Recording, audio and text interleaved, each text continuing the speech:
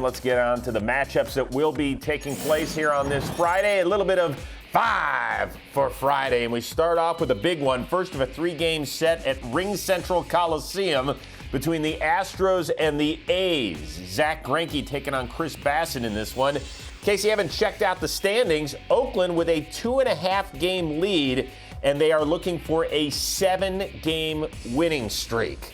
Now the Astros kind of limp in based on what happened out in Arizona yesterday. They had a lead, and then their bullpen gave up all 5 runs in the 5-4 walk-off loss to Cole Calhoun and the D-backs. In the meantime, the A's just kept pounding Rangers pitching.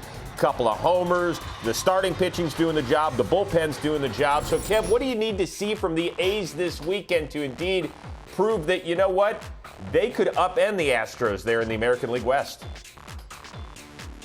Yeah, they're tough. They remind me of the Rays in the East. They're a scary club, and when they're clicking, they're as tough as there is, if not one of the best teams. And all they got to keep doing, Chris, is keep pitching, because that's how they win games. They have enough pop at the corners, and they have home run power. But let's be honest, they win games late in the bullpen and then on the staff and on the starting staff, and that's where they keep the games close. They play good enough defense. They got gold at the corners, and they can hit you with the 3-run home runs. So stay healthy in that starting staff-wise, and that's when the A's can do some damage. And that's where, you know what, they have a chance to win this division, no doubt.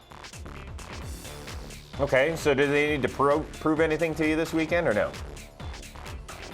No, they don't need to prove anything right now. It's still early, even though we're in a 60-game season, but there's nothing that they can prove. If they went out and swept, if they went out and got swept, it doesn't mean their season's over. It doesn't mean their season's, beginning. The bottom line is that we know this team's good, and I think other clubs in the league know that this team's good. They might not be ritzy and ditzy, but they're gamers, Chris, and that's kind of what you feel playing against these guys. I like that, ritzy and ditzy. That's cute. They don't have to prove anything. Here's the thing. They've won 97 games each of the last 2 seasons. Now, if you look at the head-to-head, the Astros have won 23 of 36 over that span. I don't know. I mean, that's 2/3 of the head-to-head meetings.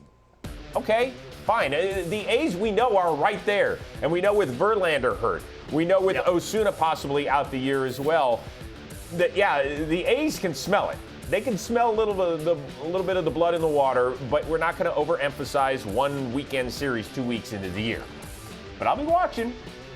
We don't know if George Springer's going to be in the lineup. He's a little banged up. He's hitting 182. He's one of several superstars out there that is below the Mendoza line. So the second of our 5 questions, Kev, which player that's currently hitting under 200 is going to break out this weekend? So he's going to be facing Snell, okay, Glasnow, and Morton. So when you look at these 3 starting pitchers, like, why would you pick a guy like Gary Sanchez? And I'm going to tell you why. Because he's got 4 home runs off Blake Snell. He went deep last night off Nick Pivetta. And you know what? I wasn't sure if he thought he got it or popped up, but I know right field gets short there in Philadelphia. You kind of looked at him like, oh, did I just miss it? This is time to change now. This kid can hit. He's got power. And this is the guy, Chris. Look out. You know what? I'm going to applaud you right now. If I wasn't all wired into my contraptions, I would stand up. Here, I'll do it anyway. I don't care if I'm out of screen. I'm going to give you a standing ovation. That's a gutsy call. It's a gutsy call on your play because you're going against a top-notch pitching staff like the Rays. I think dude, you got some onions. Yeah. Nice work. Thank you. Yeah, okay.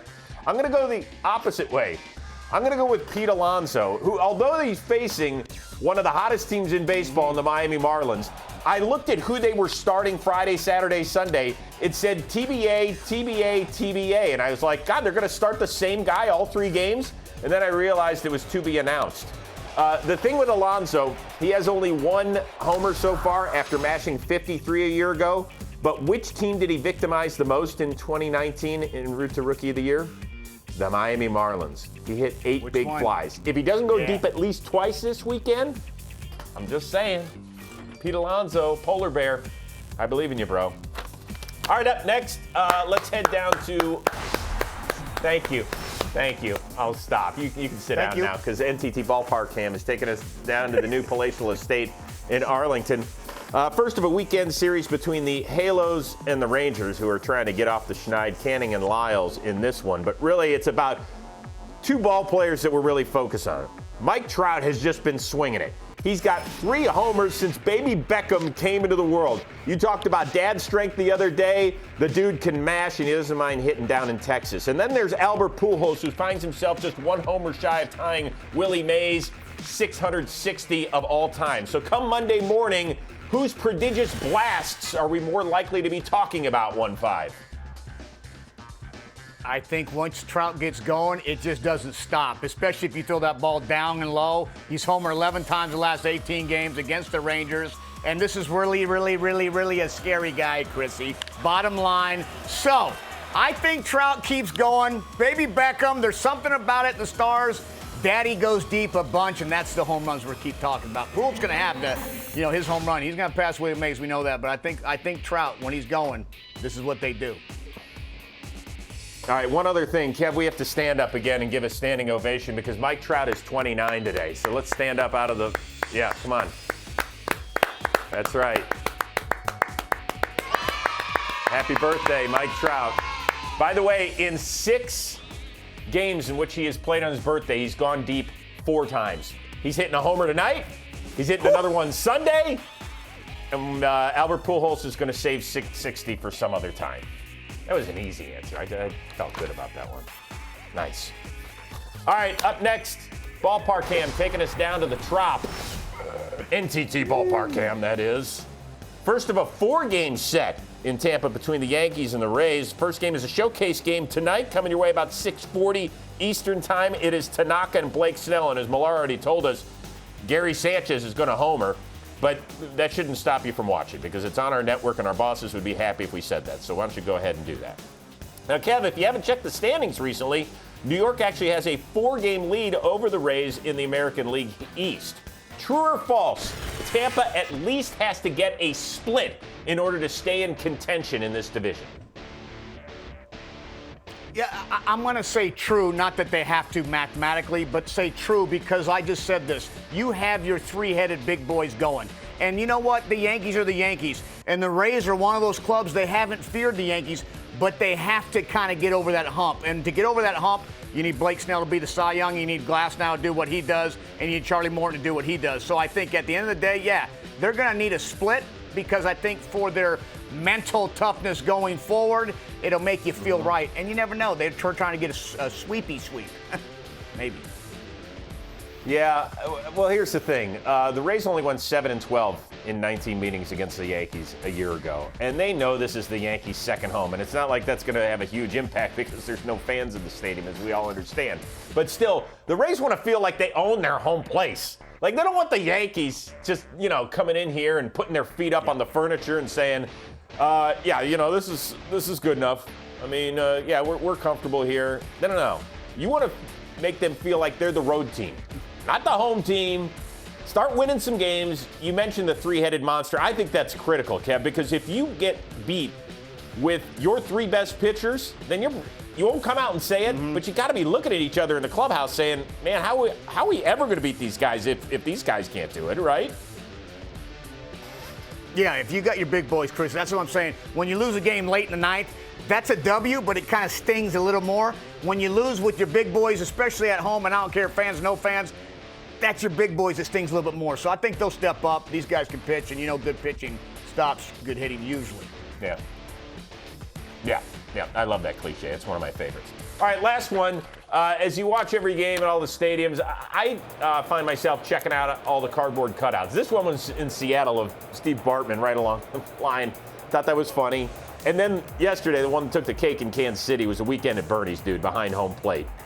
I don't even know if you've seen the movie Weekend at Bernie's because you're the worst movie watcher I've ever met. Do you know who that character is or no?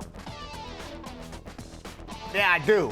And Weekend at Bernie's, we've talked about it for many years. I am a bad movie watcher, Chris. I got 4 kids. Uncle Kevin's got ADD, and I can watch like 27 minutes at a time before something goes off. You know what I'm saying? Right. Okay, so we'll answer the question. Yeah. Which cardboard cutout? What? Jiffy Jeff. What? Yeah, sorry, Chris. Which cardboard cutout would you like to see at a game this weekend? I mean, I'm gonna shock you for a little bit. I'm gonna head way up there in that cold weather, usually in Michigan, and that's where Madonna's from. And Madonna, I would love to see the cardboard cutout out there, even floating, out there on that Allegheny River out there, in Pittsburgh, because that's the only way that she can kind of watch the Tigers, maybe. So I would love to see some Madonna. I was a Madonna fan. I met her when I was younger, when she was dating Warren Beatty. I know she dated a few extras all the way through, from Jose Canseco to whoever, Dennis Rodman. But yeah, I'm a Madonna fan back in the day, and slick blonde hair and short and a white suit. Yep. Timeout. Nope. Timeout. I've known you 17 years. Not once have you ever told me that you met Madonna. Please explain.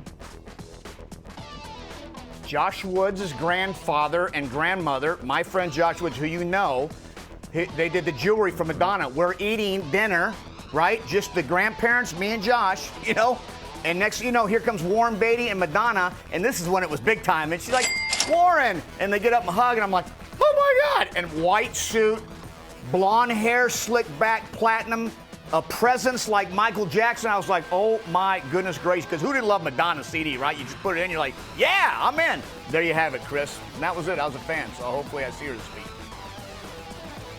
I don't know, man. Would you have asked for a selfie if there were phones like this back in the day? Yeah. Back then, because there's not a whole lot of people ask me, who would you love to meet? I love me some Justin Timberlake, play golf with him. That's pretty cool and awesomeness. Madonna back in the day, that would have been my answer, right? Yeah. Michael Jackson, Madonna, Different the level. music at that time, 84, 5, 6, 7, 92, I have no idea.